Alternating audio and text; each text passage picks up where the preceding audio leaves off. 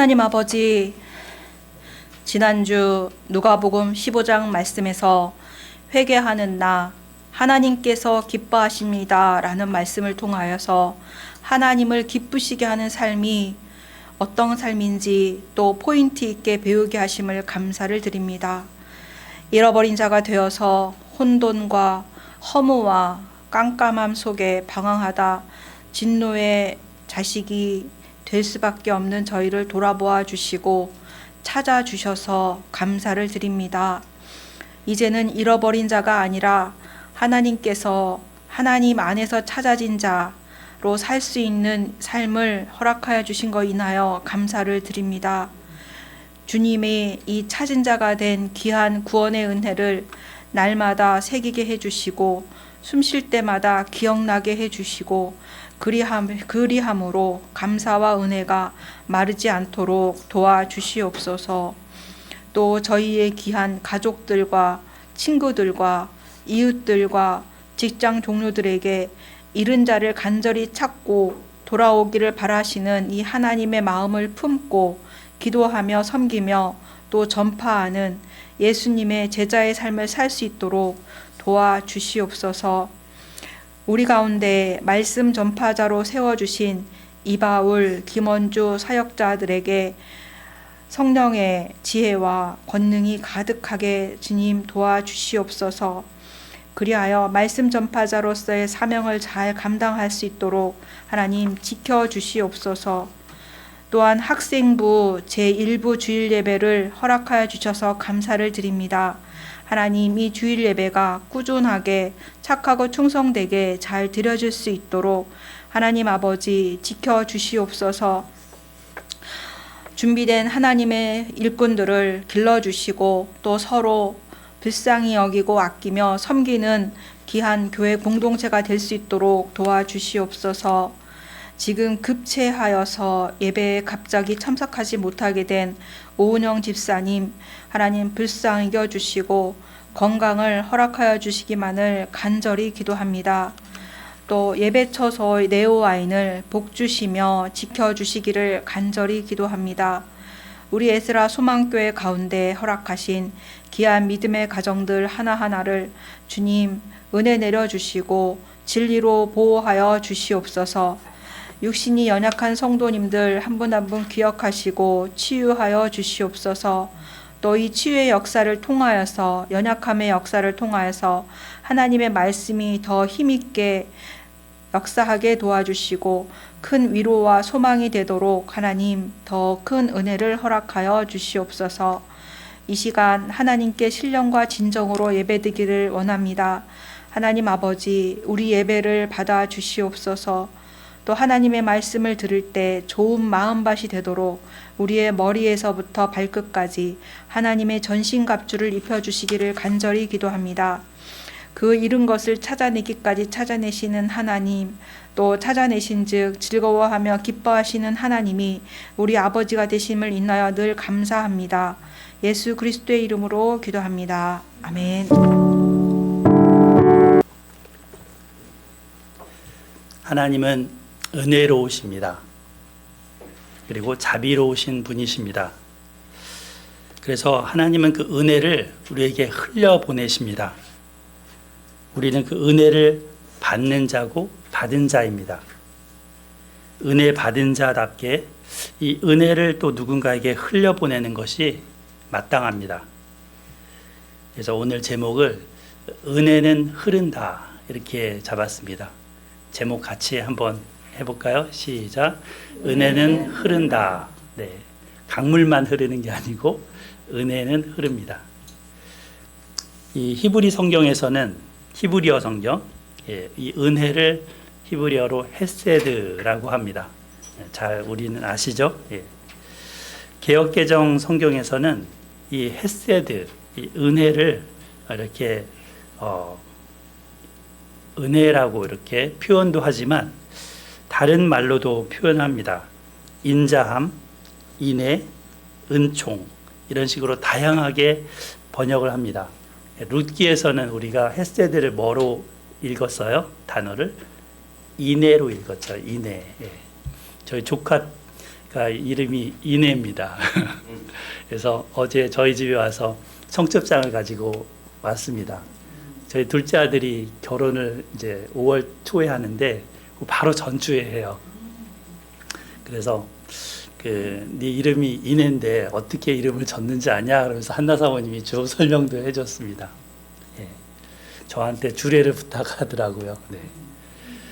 아무튼 독일에 있는 한 선교사님 아들하고 결혼을 하게 되는데 이 딸의 인생이 정말 헤세드의 인생, 그렇게 수놓아지기를 소망하고 축복하는 마음입니다.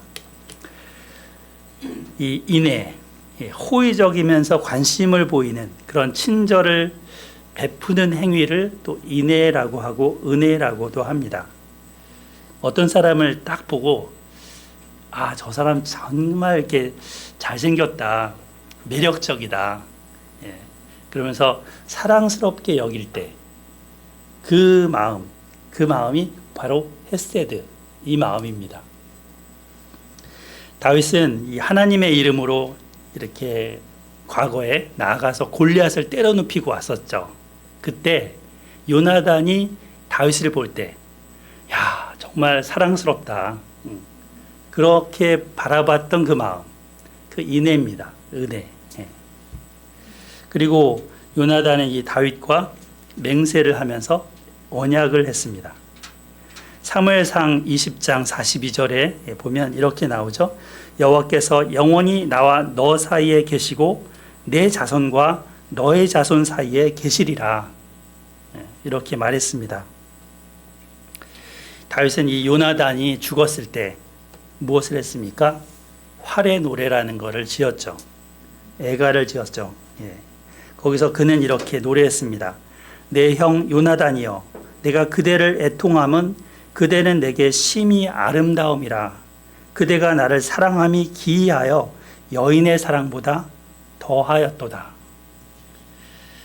그리고 이 다윗은 통일왕국이 된 이후에 이 헤세드, 은혜를 요나단의 집에, 사울의 집에 흘려보내고자 결심했습니다. 우리가 앞서 7장에서 그 하나님이 다윗에게 이제 언약을 맺으시는 다윗 언약을 살펴봤었죠.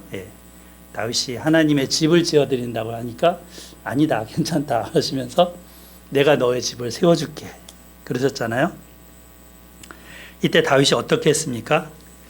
7장 18절 한번 앞으로 한번 넘어가서 볼까요? 7장 18절 18절 찾으셔서 같이 한번 읽어봐요. 시작. 다윗 왕이 여호와 앞에 들어가 앉아서 이르되 주 여호와여, 나는 누구이오며 내 집은 무엇이기에 나를 여기까지 이르게 하셨나이까. 그는 이렇게 겸손하게 말을 했습니다.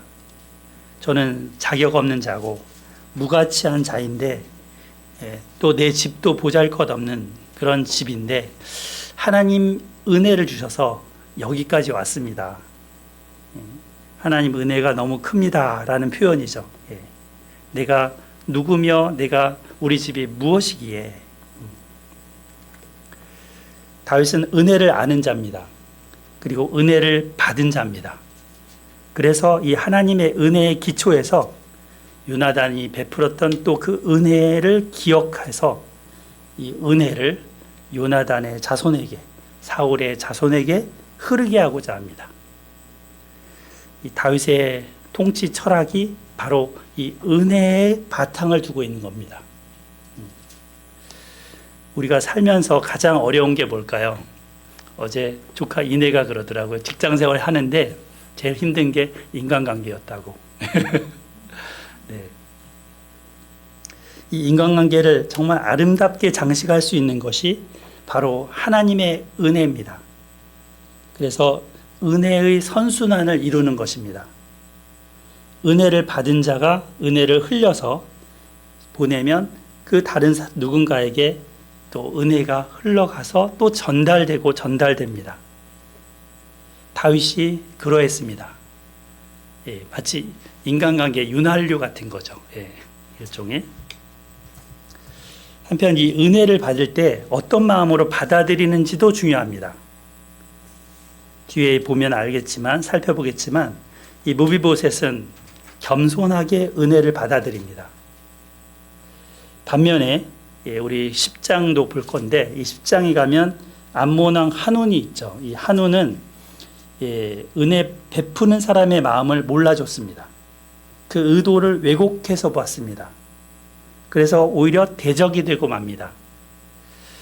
그래서 오늘 이 은혜는 흐른다라는 제목으로 이 말씀의 은혜를 함께 나누고자 합니다. 하나님의 은혜가 또 다윗이 베푸는 은혜가 어떻게 흘러가는지 또 어떤 때 은혜가 막히게 되는지 살펴보겠습니다. 9장 1절부터 보겠습니다. 9장 1절 우리 양정훈 집사님 한번 읽어주세요. 다윗이 이르되 사울의 집에 아직도 남은 사람이 있느냐 내가 요나단으로 말미암아 그 사람에게 은총을 베풀리라 하니라. 네, 감사합니다. 다윗이 이렇게 묻죠. 사울의 집에 아직도 남은 사람이 있느냐. 사울은 사실 다윗에게는 원수지간이었습니다. 그리고 사울의 집, 이 집은 다윗에게는 정치적으로 잠재적인 위험 세력입니다. 언제 반란을 일으켜서 다윗에게 대해서 대적하고 일어날지 모르는 그런 집안일 수 있습니다. 일반적인 정치인이라면 어떤가요? 그 정적의 씨를 말려버리려고 할 겁니다. 그래서 남은 자를 찾을 수 있습니다. 사울의 집에 아직도 남은 사람이 있느냐? 요 말만 보면 정적을 없애려는 거 아니야? 이렇게 생각할 수 있죠. 근데 다윗은 왜 찾는다고요? 내가 요나단으로 말미암아 그 사람에게 은총을 베풀리라. 은총이 헤세드, 은혜입니다. 은총. 다윗은 시간이 오래 지났지만 요나단과의 그 사랑을 기억했습니다. 그리고 요나단이 다윗을 그 사울 왕의 미움을 받아서 도망 다닐 그때, 사울의 궁에서 쫓겨날 그때, 요나단이 다윗 자기와 맺었던 그 언약, 그것을 기억했습니다. 그래서 사울의 후손 중에서 누구라도 찾아오면 그를 선대해 주겠다, 은총을 베풀겠다, 이렇게 말합니다. 근데 이게 개인적인 감정 측면은 아닐 겁니다. 어떤 의도도 있을까요? 대외적으로 지금 앞에 8장에서는 어디로 가든지 다윗이 승리했잖아요. 동서남북 다 치면서 하나님이 주신 승리를 했죠. 그래서 주변국들을 다 이겼습니다. 이제는 내적으로 통합을 다지고자 하는 의도가 여기에 있습니다. 이전 정권이었던 사울 집안과 화해를 이룸으로써 진정한 통일한국을 이루고자 하는 겁니다. 이런 그 의도를 이전에도 봤었죠. 유다의 어떤 왕국의 왕이 됐을 때 아브넬이 이렇게 내려와서 같이 마음을 합하고자 했던, 그때 열심히 다윗이 하려고 했잖아요. 근데 이스보셋을 누가 죽이고 이런 암살하면서 와해됐었죠. 그런 의도도 있는 겁니다. 멸문 집안인 사울의 집에 있던 시바가 이제 무비보셋이라는 요나단의 아들을 소개해 줍니다. 시바는 이제 과거에는 사울의 종이었는데 이제 다윗 앞에 와서 어떻게 해요? 여기 보면 다윗에게 종이라고 하죠. 당신의 종이니이다, 이렇게 2절에 그렇게 얘기를 하죠. 이 시바에게 시바는 그 다윗의 수하에 들어와서 충성을 이렇게 맹세를 하고 있는 것입니다. 자, 그에게 묻습니다. 3절을 우리 서인사매님 읽어주세요.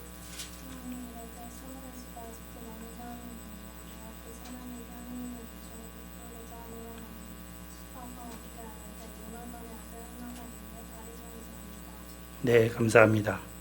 아까 1절하고 조금 차이가 나는 게 있어요. 1절에서는 남은 사람이 있느냐 이렇게 했는데 여기서는 남은 사람이 없느냐 이렇게 물어봐요. 그죠? 여하튼 같은 의도죠. 내가 그 사람에게 하나님의 은총을 베풀고자 한다. 근데 그냥 은총이 아니라 하나님의 은총이라고, 하나님의 은총이라는 말을 붙입니다. 더 큰 은총인 거죠. 하나님이 주시는 그 은혜를 그에게도 주고자 한다. 예. 그래서 시바에게 이렇게 이제 의도를 표현을 합니다. 시바가 요나단의 아들을 소개하죠. 거기 보면은 시바가 왕께 아뢰되 요나단의 아들 하나가 있는데 다리 저는 자입니다. 예.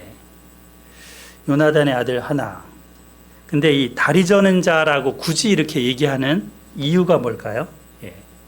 그가 다리 저는 자입니다. 예. 다윗에게는 아무 위협이 될 수 없는 인물이다라는 걸 얘기하는 겁니다. 시바는 이 사울 집에 남은 사람을 찾아내려 한 게 정적 제거에 있지 않는가라고 속으로 여겼을 수도 있습니다. 무비보셋은 장애인이고 불구이기 때문에 이 부분을 부각시켜서 얘기를 하는 거죠. 그래서 다리를 전다 이렇게. 근데 이 다리를 전다라는 표현이 뭔가에 맞았다라는 그 단어예요. 그래서 어떤 사고에 의해서 다쳤다라는 의미입니다. 그러니까 태어날 때부터 그게 아니라 자라면서. 근데 이 배경이 앞서 나왔었습니다. 우리 4장 4절로 한번 보겠습니다. 4장 4절을 우리 이은영 권사님이 한번 찾아서 읽어주세요. 사울의 아들 요나단에게 다리 저는 아들 하나가 있었으니 이름은 무비보셋이라. 전에 사울과 요나단이 죽은 소식이 이스라엘에서 올 때 그의 나이가 5살이었는데 그 부모가 안고 도망할 때 급히 도망하다가 아이가 떨어져 절게 되었더라. 네, 이렇게 경위가 나오죠. 네. 그래서 아주 이렇게 사울과 요나단이 죽었을 때 위급한 상황에 그 후손들이 살 길을 찾아서 도망하다가 숨으려고 하다가 이런 사고가 났습니다. 5살 때니까 한참 어릴 때인데 이렇게 2다리 못 쓰는 장애자가 됐습니다. 정말 안타까운 일이죠. 지금 자라면서 누군가의 도움이 없이는 움직일 수 없는 생활을 했을 겁니다. 오늘날은 다리를 못 쓰면 휠체어라도 있잖아요. 휠체어에 딱 앉아서 스스로가 이렇게 굴리면서 다닐 수도 있는데 그는 그러지도 못했을 겁니다. 아마 목발 같은 것을 의존해야 했을 겁니다. 현재 이 보면은 12절에 또 어떤 말씀, 9장 12절을 보면 어떤 말씀이 나오냐면 무비보셋에게 어린 아들 하나가 있으니 그의 이름은 미가더라 이렇게 나와요. 그러니까 나이가 좀 찬 거죠. 아들이 있을 정도니까 장성한 사람입니다. 어쨌거나 다리를 저는 붉으니까 힘을 쓸 수 없는 인물입니다. 4절 보면 왕이 그에게 말하되 그가 어디 있느냐 하니 시바가 왕께 아뢰되 로드발 암미엘의 아들 마길의 집에 있나이다 하니라 했습니다. 그동안 이 로드발에 사는 마길이라는 사람한테 이 무비보셋은 신세지고 있었습니다. 마길은 어디 사냐면 여기 지도 보이시죠? 요단강 동편 쪽 저 위에, 그러니까 길르앗이라는 지역에 이제 이 마길이 살았습니다. 로드발이 아마 그쪽 지역인데요. 그 사울 왕조가 보면 마하나임에서 이스보셋이 있었잖아요. 그쪽 동네에서 거의 유지를 하고 있었어요. 그 사울의 잔존 세력이.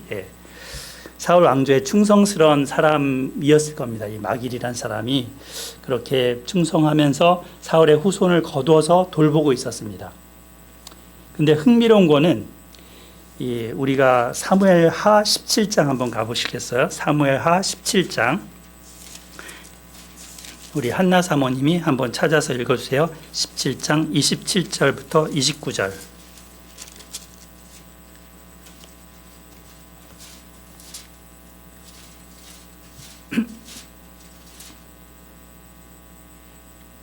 다윗이 마하나임에 이르렀을 때 암몬 족속에게 속한 나밧 사람 나하스의 아들 소비와 오데발 사람 암미엘의 아들 마길과 로블림 빌리앗 사람 바르실레가 침상과 대야와 질그릇과 밀과 보리와 밀가루와 볶은 곡식과 콩과 팥과 볶은 녹두와 꿀과 버터와 양과 치즈를 가져다가 다윗과 그와 함께한 백성에게 먹게 하였으니 이는 그들 생각에 백성이 들에서 시장하고 본하여 목마르겠다 함이더라. 네, 감사합니다. 예, 우리 한나 사모님 이렇게 음식 갖다 주면 뭐 하시겠어요? 아주 맛있는 음식을 만드실 것 같은데. 네, 여기 보면 세 사람이 나오죠. 27절에 소비라는 사람이 나오고, 두 번째 마길이 나오고요, 세 번째 바르실레가 나옵니다. 이 가운데 이 마길이라는 사람이 로데발 사람 암미엘의 아들 마길 이렇게 나옵니다. 동일 인물입니다. 그죠? 그러니까 다윗이 이 압살롬에게 그 반역을 당해서 도망갔을 때 그 요단 동편 위쪽으로 도망가잖아요. 그때 나와서 이렇게 대접해주고 호의를 베푼 사람. 그 중에 바르실레도 있지만 이 마길이라는 사람이 있습니다. 그 마길이 누구를 돌봤었다고요? 예, 무비보셋을 돌봤었습니다. 자, 이 스토리를 한번 생각해 보겠습니다. 그 다윗은 무비보셋에게 은혜를 흘려보냈습니다. 근데 이 은혜로운 마음은 마길에게도 흐른 겁니다. 그래서 후에 이 마길은 다윗에게까지 그것을 은혜로 흐르게 했습니다. 이게 은혜의 선순환입니다. 선순환. 은혜가 흐릅니다. 부메랑처럼 은혜가 다윗에게로 돌아왔습니다. 그죠? 자기는 무비보셋을 잘 대해줬는데 무비보셋을 이렇게 도와줬던 그 마길에게도 영향이 간 거죠. 그래서 다윗이 위태로울 때 아무것도 의존할 수 없는 그런 상황에 이 마길이 나와서 먹을 것으로 이렇게 대우해 주면서 위로해 준 겁니다. 현재 내가 누군가에게 은혜를 베풀면 나중에 그 베푼 은혜는 내가 준 그 사람이 아니더라도 다른 통로를 통해서 내게 돌아올 수 있습니다. 우리 교회는 네오와인 회사로부터 지금 은혜를 받아왔습니다. 공간 사용을 마음껏 주일에 이렇게 할 수 있는 것, 이것은 큰 은혜입니다. 물론 이효승 대표님이 함께 하셔서 대표님의 결정이 있었지만, 집사님 결정이 있었지만 회사 직원들이 호응하지 않으면 힘든 겁니다. 누군가가 같은 공간을 사용하는 건 불편할 수 있기 때문입니다. 그러나 은혜를 받았습니다. 이 흘려보낸 은혜가 다시 네오와인에 흘러 들어가기를 바랍니다. 이처럼 마길은 무비보셋을 돌보는 사람이었는데 나중에 다윗을 돌보는 사람이 되었습니다. 그가 불행에 처한 이웃을 결코 놔두는 사람이 아니란 걸 알 수 있습니다. 성경에 잠깐 나오는 인물이지만 이렇게 빛나는 인물들이 있어요. 예. 자, 5절 보겠습니다. 9장 5절 돌아와서 보세요.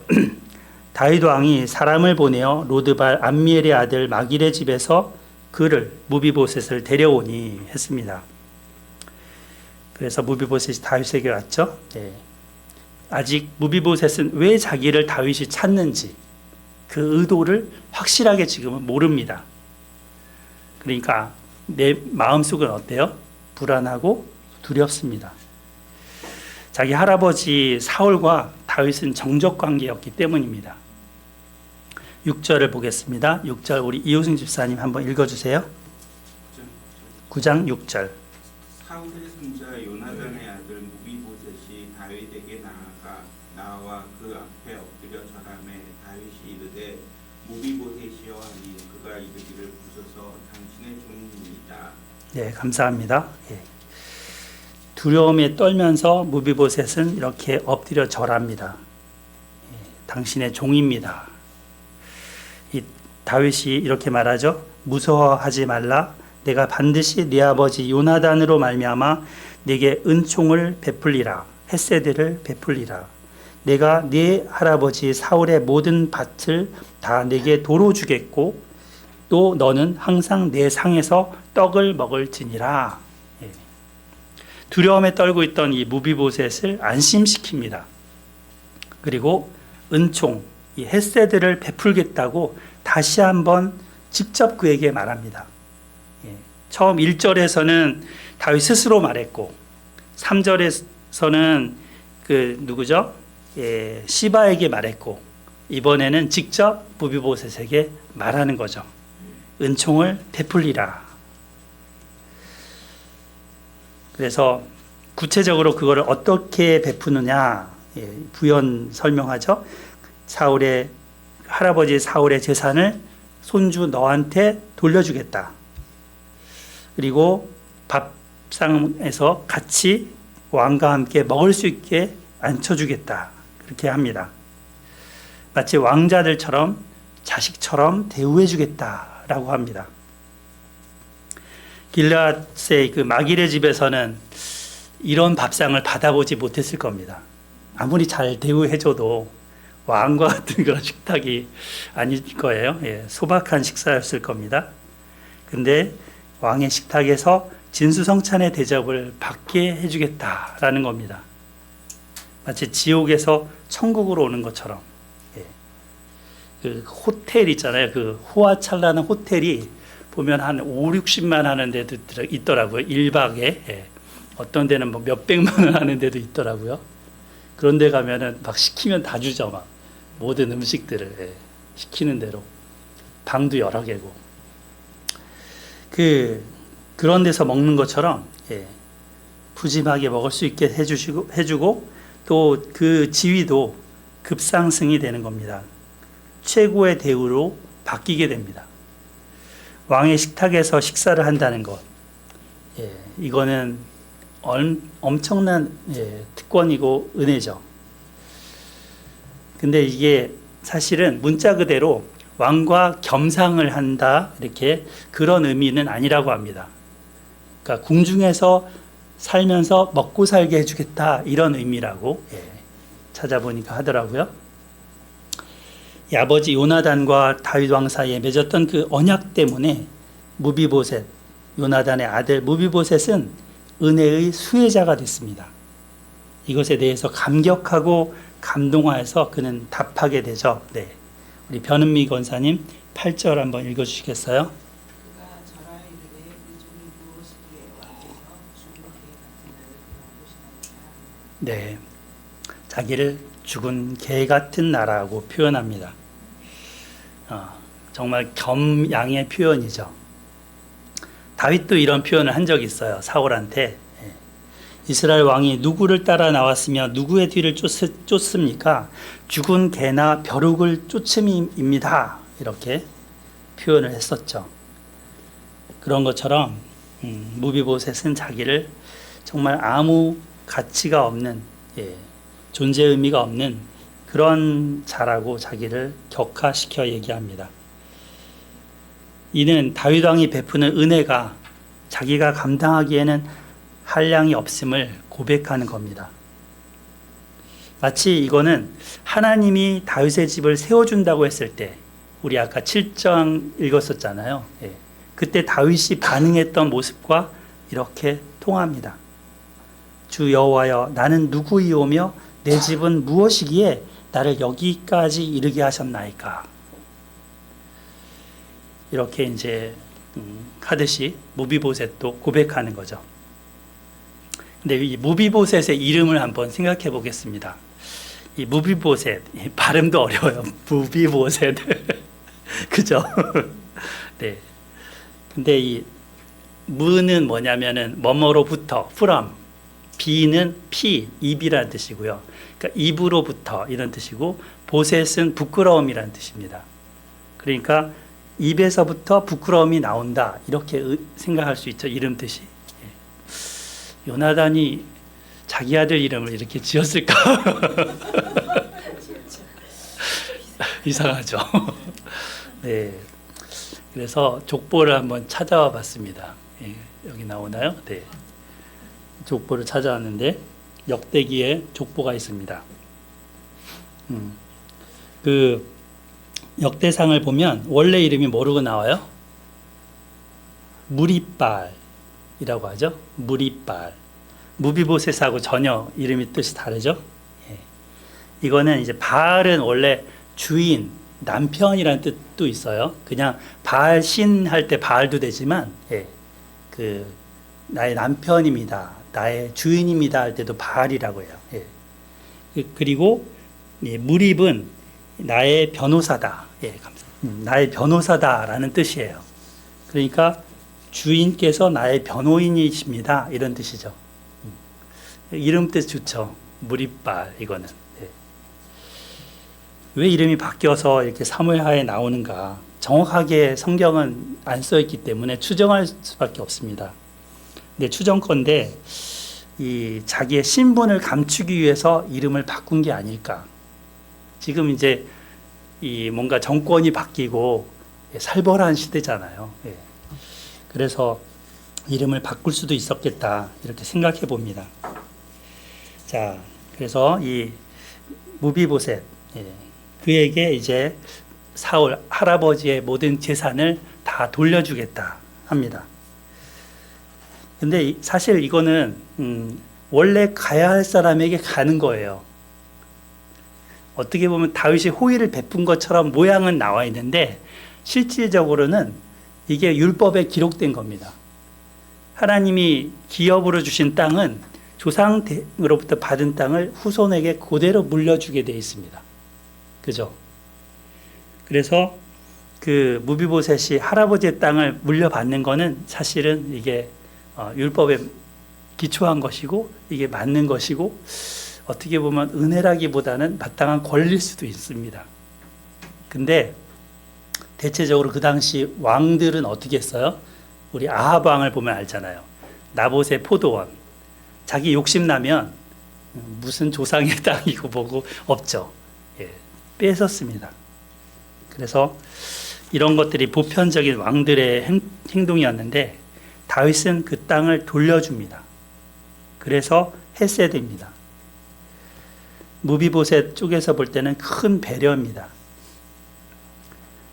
그는 이제 자신이 종과 같고 죽은 개 같은데 이런 자기를 돌아보는 다윗 왕의 이 호의, 그것에 대해서 머리를 숙일 수밖에 없었습니다.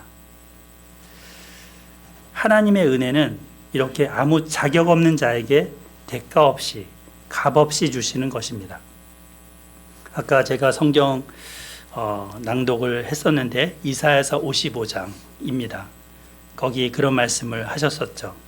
너희가 어찌하여 양식이 아닌 것을 위하여 은을 달아주며 배부르게 하지 못할 것을 위하여 수고하느냐 하면서 너희가 내게 듣고 들으면 좋은 것을 먹을 것이고 기름진 것으로 즐거움을 얻을 것이다.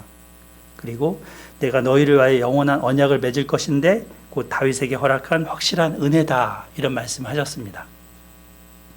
우리도 하나님의 은혜를 받을 자격이 있는 자인가요? 없는 자인가요? 마땅히 받을 자격이 있나요?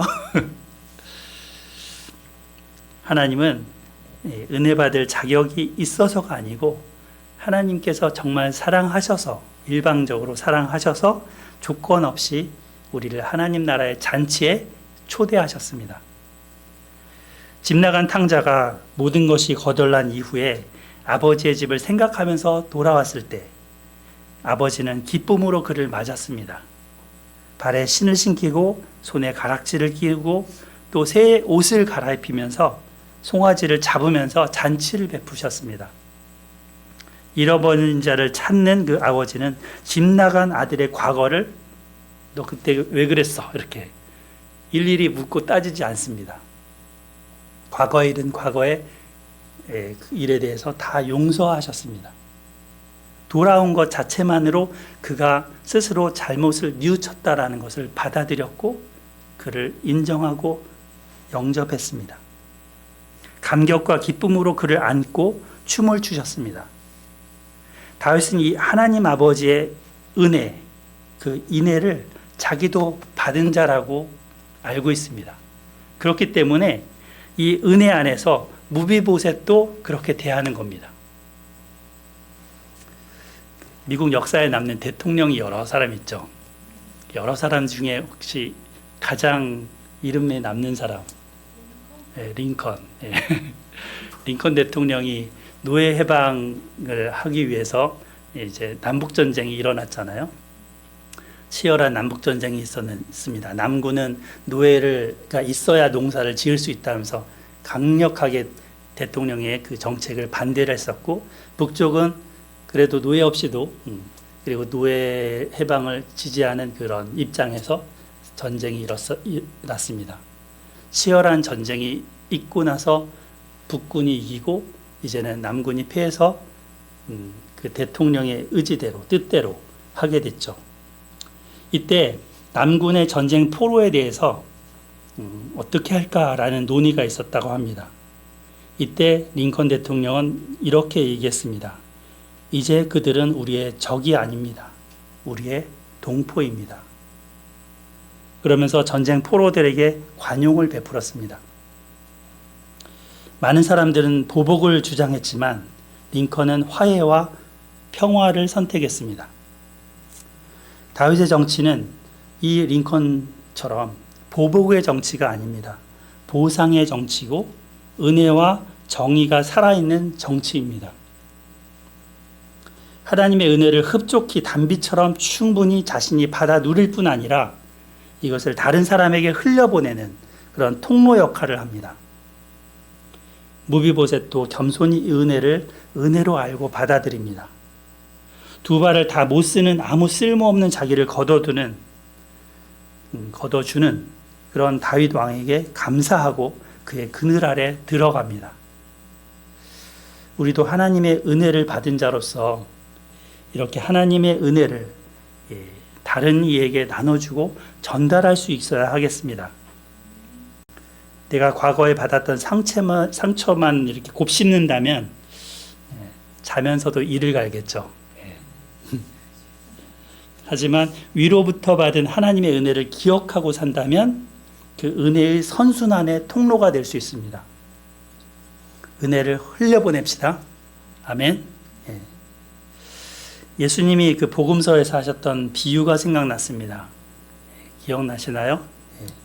한 종이 임금에게 도저히 갚을 수 없을 정도의 빚을 졌습니다. 얼마를 졌냐면 1만 달란트라고 합니다. 근데 이 1만 달란트가 우리는 잘 감이 안 와요. 그죠?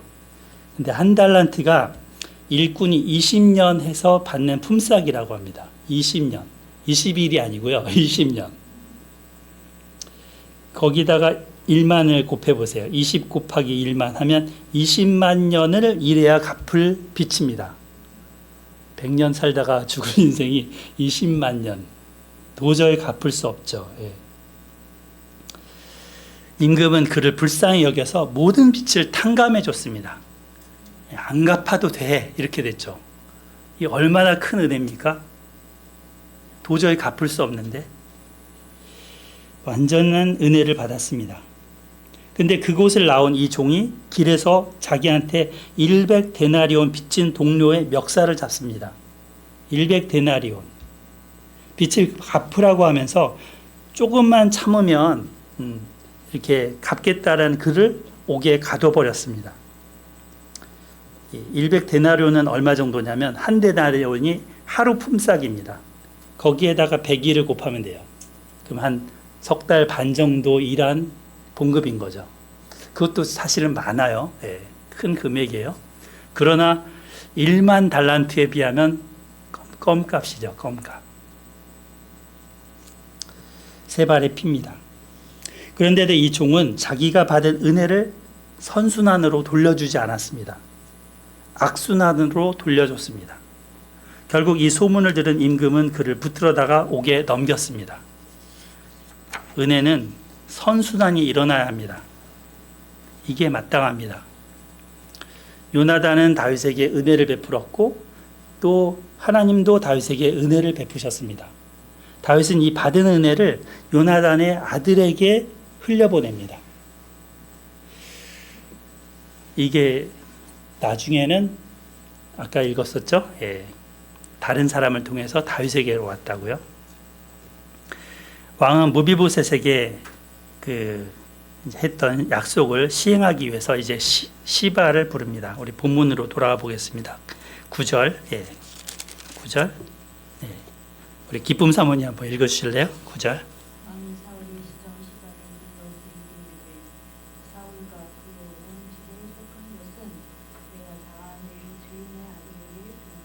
네, 감사합니다. 이어서 이렇게 얘기하죠. 너와 네 아들들과 네 종들은 그를 위하여 땅을 갈고 거두어 네 주인의 아들에게 양식을 대주어 먹게 하라. 그러나 네 주인의 아들 무비보셋은 항상 내 상에서 떡을 먹으리라 하니라. 시바는 아들이 15명이요 종이 20명이라. 예. 이 사울의 시종 시바는 그 무비보셋을 위해서 섬길 책무를 다윗 왕으로부터 부여받습니다. 그래서 땅을 경작해서 소출이 나오면 그것을 무비보셋의 집에 양식으로 대주라고 한 것입니다. 물론 무비보셋 한 사람은 다윗 왕의 그 궁전에서 먹을 것이지만 또 무비보셋에게 딸린 식구들이 있잖아요. 그 사람들을 먹여주라는 거죠. 그래서 시바가 이제 왕께 아뢰입니다. 내 주 왕께서 모든 일을 종에게 명령하신 대로 종이 준행하겠습니다. 순종하겠습니다. 했습니다. 그리고 무비보셋은 왕자 중 하나처럼 왕의 상에서 먹었습니다. 12절 보면 무비보셋에게 어린 아들 하나가 있으니 그 이름은 미가더라. 시바의 집에 사는 자마다 무비보셋의 종이 되니라 했습니다. 13절 무비보셋이 항상 왕의 상에서 먹음으로 예루살렘에 사니라. 그는 두 발을 다 절더라 했습니다. 여기 보면 계속 반복되는 말이 나오죠. 네, 그죠? 10절, 11절, 12절에 왕의 상에서 떡을 먹으리라, 그죠? 왕의 상에서 먹으리라. 이렇게 하면서 반복이 계속됩니다. 반복은 강조죠. 강조하고 있어요. 그리고 여기 보면 왕자 중 하나처럼이라는 문구도 눈에 띕니다. 이 다윗은 사울의 후손이자 요나단의 아들인 이 무비보셋에게 이렇게 헤세드를 베풀었습니다. 은혜를 베푸는 자와 은혜를 받는 자의 모습이 이렇게 아름답게 펼쳐진 본문입니다. 그래서 나중에 이제 이 집안을 우리 아까 보여드렸죠. 이 미가라는 사람이 무비보셋의 아들인데 후대를 한번 보세요. 후대가 계속 이어지죠. 하나님이 사울의 그런 계보를 끊을 수도 있는데 계속 이어져요. 그래서 맨 뒤에 가면 사람 수가 엄청 많다라는 표현까지 나옵니다. 그리고 걔네들이 엄청난 용사였다라는 표현도 나옵니다. 어떻게 이런 일이 이어집니까? 다윗이 베푼 이 은혜 때문입니다. 그리고 무비보셋이 겸손히 그 은혜를 받아들였기 때문입니다. 우리도 하나님의 은혜를 겸손히 받으면 우리 후손들이 이렇게 번성할 수 있습니다. 잘 될 수 있습니다. 그 안에서. 그래서 겸손히 은혜를 받는 자세가 필요한 거죠. 근데 은혜로 못 받아들이는 또 삐딱한 사람들이 있습니다. 그죠? 네, 그게 10장에 나오는 암몬 왕 한운의 태도입니다. 자, 1절부터 보겠습니다. 그 후에 암몬의 자손의 왕이 죽고 그 아들 한운이 대신하여 왕이 되니 다윗이 이르되 2절 같이 읽어봐요. 시작. 다윗이 이르되 내가 나하스의 아들 한운에게 은총을 베풀되 그의 아버지가 내게 은총을 베푼 것 같이 하리라 하고 다윗이 그의 신하들을 보내 그의 아들을 조상하라 하니라. 다윗의 신하들이 암몬 자손의 땅에 이르매. 아멘. 서인자매님, 조상하라가 뭐예요? 조상하라. 조문하고 하나는 뭐죠? 그러니까 상갓집 가면 조문하잖아요. 그거를 여기 조상하라 이렇게 써놓은 거예요. 조상님이 아니고. 그 다윗이 한운의 아버지가 과거에 자기한테 은혜를 베풀었던 것을 기억하고 지금 그 한운의 아버지 나하스가 죽었을 때 조문사절을 보냈습니다. 사절을 이렇게 보냈습니다. 암몬 왕 이 나하스는 사울 왕이 처음 왕이 됐을 때 등장했던 인물입니다. 어떤 일이 있었어요? 나하스가 그 길르앗 야베스 사람들한테 니네들 다 눈 뽑아버리겠어 뭐 이런 식으로 겁박을 했었죠. 그 말을 듣고 막 펑펑 울면서 사울의 고향에 와서 우는 길르앗 야베스 사람들을 보고서 사울이 화가 나서 송아지를 막 잡아다가 뜯고 그래서 불러다가 전쟁을 나갔습니다. 거기서 이제 승리를 거두었던 그런 인물이죠. 암몬 왕 나하스. 그러니까 사울 왕하고는 이 원수지간이에요. 암몬왕 나하스는. 근데 사울하고 또 다윗이 약간 원수지간이었잖아요. 다윗이 도망 다닐 때니까. 그래서 이 다윗이 이 암몬왕 나하스하고 친분이 있었을 겁니다. 그 얘기는 성경에 기록이 안 돼 있어서 추정할 수밖에 없습니다. 근데 여기 보면 그게 나오는 거죠. 그래서 이제 그 나하스가 죽으니까 이렇게 사절단을 보내서 위문을 한 겁니다. 3절에 보면 근데 이걸 오해를 하죠. 암몬 자손의 관리들이 하면서 우리 양정훈 집사 한번 읽어주실까요? 3절. 암몬 자손의 관리들이 그들의 주 하눈에게 말하되 왕은 다윗의 조객을 당신에게 보낸 것이 왕이 아버지를 공경하는 줄로 여기시나이까. 다윗이 그의 신하들을 당신에게 보내 이 성을 엿보고 탐지하여 함락시키고자 함이 아니니까 하니. 네. 그러니까 그 다윗의 선의를 의심한 거죠. 우리 성을 엿보려고 탐지하려고 지금 간첩같이 오는 자들이다라고 사절단에게 누명을 씌운 거죠. 우리 염탐하러 왔습니다. 그러면서 이제 왕한테 이렇게 얘기하니까 4절에 한운이 다윗의 신하들을 잡아다가 그들의 수염 절반을 깎고 그들의 의복의 중동 볼기까지 자르고 돌려보내매. 보통 이렇게 통옷을 입잖아요. 이렇게 옷을. 근데 중동 엉덩이가 나올 때까지 잘라버린 거예요. 정말 부끄럽게. 거기다가 고대 근동 사람들은 다 수염을 길렀는데 수염 반쪽을 깎아버렸어요. 엄청난 남자로서의 자존심 상하게 하는 거였죠. 이렇게 모욕과 수치심을 안기면서 보내는 겁니다. 이런 상태로 쫄래쫄래 길을 다닌다고 보세요. 엄청난 부끄러움이죠. 한운과 그의 신하들은 이렇게 다윗의 선의를, 다윗의 헤세드를 악으로 갚았습니다.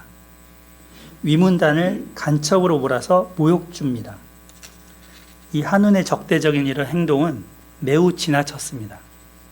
자기 아버지의 친구가 호의를 갖고 조문을 왔으면, 상갓집에 딱 왔으면 아무리 싫은 사람이라도 이렇게 하면 안 되잖아요.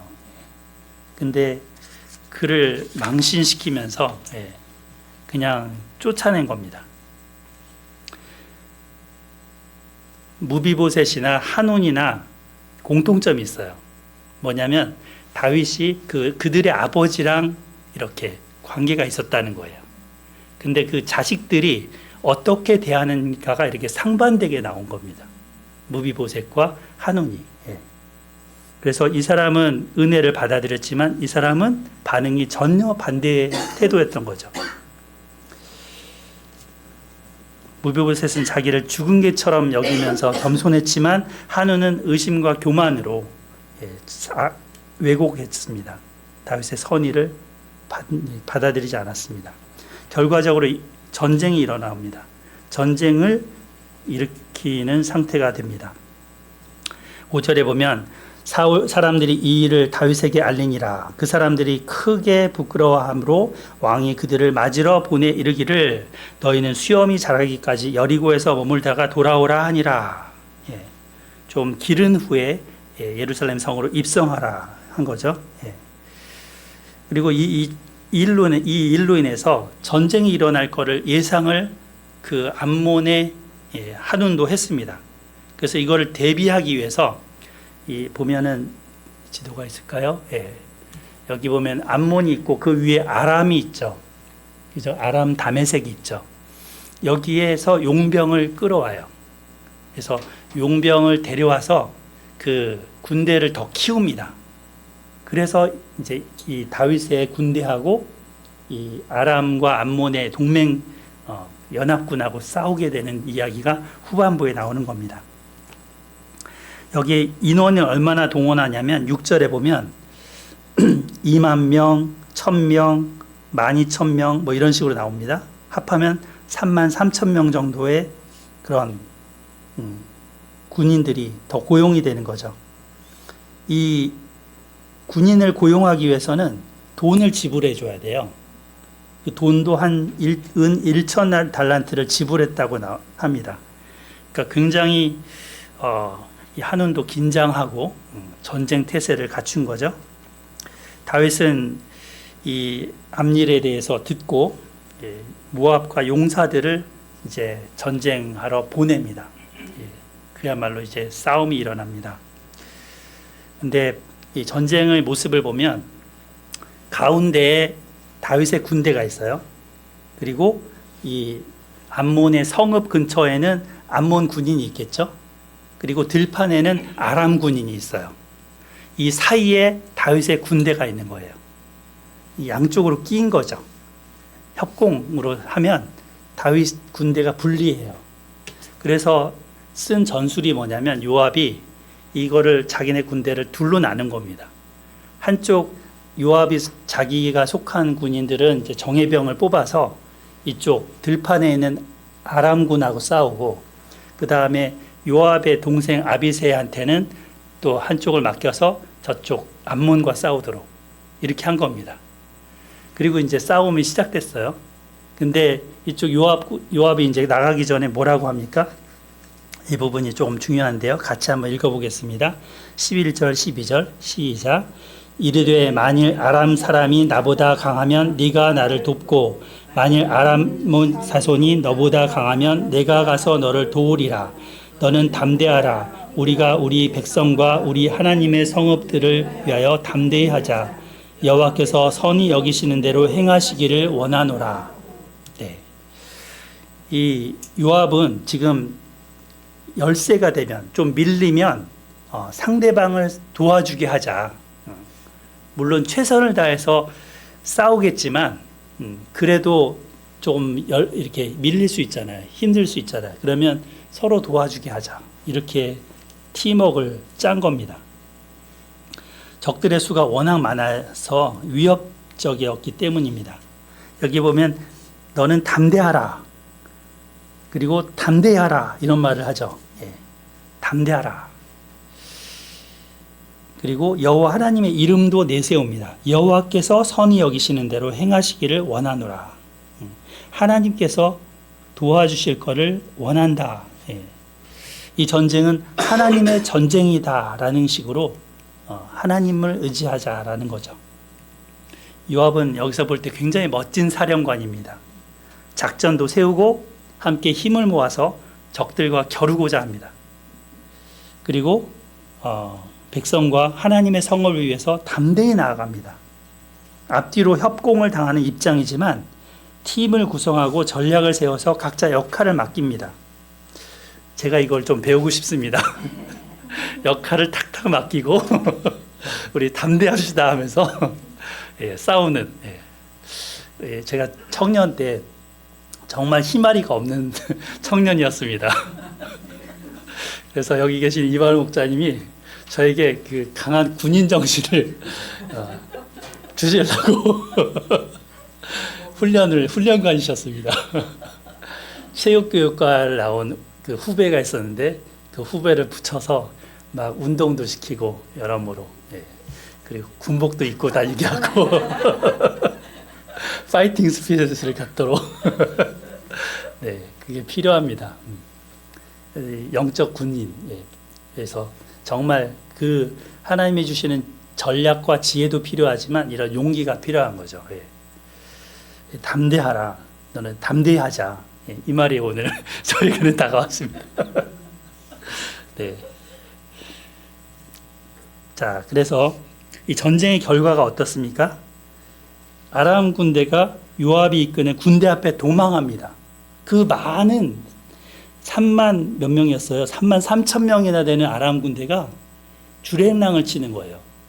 얼마나 기세등등하게 달려들었으면 숫자는 숫자에 따릅니다. 하나님의 싸움이다 하고 달려들었으면 도망가는 거예요.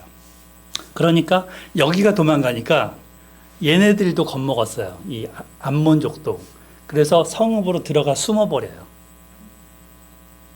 전쟁이 이렇게 돼버린 겁니다. 그러니까 요압은 어떻게 해요? 이제는 쫓아가진 않고 다시 예루살렘으로 돌아왔다고 합니다. 자, 이게 끝이 아니라 이 위쪽에 북쪽의 아람군 쪽에서 이제 그 사령관도 세우고 그리고 또다시 싸움을 걸어옵니다. 그게 13절부터 나오게 되죠. 그 뒤에 보면 10장 몇 절인가요? 15절부터 나오죠. 그래서 아람 사람이 자기가 이스라엘 앞에서 패하였음을 보고 다 모임에 하다데셀이 사람을 보내 강 건너 쪽에 있는 아람 사람을 불러내매 그들이 헬람에 이르러 하다데셀의 군사령관 소박이 그들을 거느린지라. 그러니까 군사령관 소박이라는 사람을 불러서 그를 군사령관으로 이제 선봉에 서게 하고 싸움을 걸어옵니다. 이때 누가 나가요? 다윗이 직접 나갑니다. 다윗 왕이 직접 나가서 겨루게 됩니다.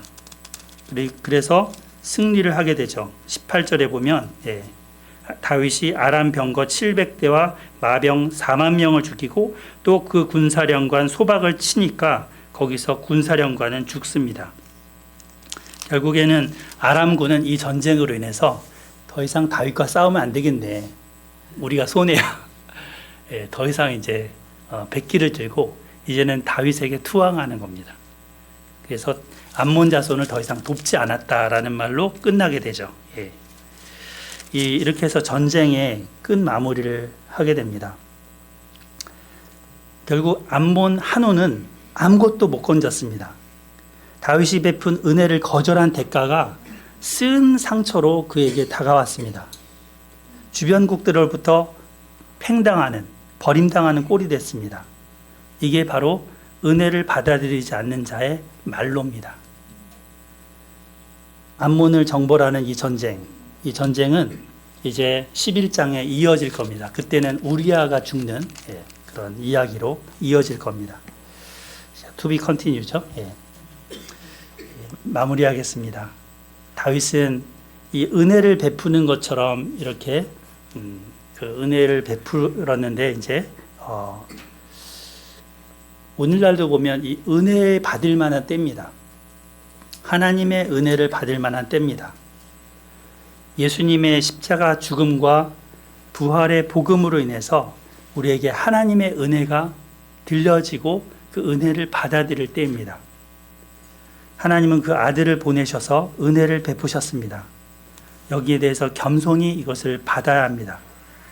그런데 이 은혜를 반응하는 세 가지 반응이 있습니다. 첫 번째는 무비보셋처럼 믿고 받아들이는 사람입니다. 여러분 같은 분들이죠. 둘째는 한운처럼 삐딱한 자세로 거부하는 사람입니다. 여러 가지 호의를 거부하고 결국 그 스스로 고립되고 멸망하는 길에 서는 사람입니다.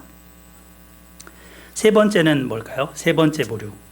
세 번째 부류는 아까 비유에서 나왔죠. 1만 달란트 빚진 자가 용서받았는데, 그러니까 그 은혜 받을 때는 막 기뻐해요. 근데 삶에 들어가서는 그 은혜를 흘려보내지 않습니다. 자기를 조금이라도 해롭게 했던 사람을 용서하지 않습니다. 그러면 이것은 선순환을 일으키지 못합니다. 흘러가지 못합니다. 악순환을 일으킵니다. 하나님은 지금도 우리를 왕의 식탁으로 초대하십니다. 우리가 해야 할 일은 무비보셋처럼 겸손하게 은혜를 받아들이는 것입니다.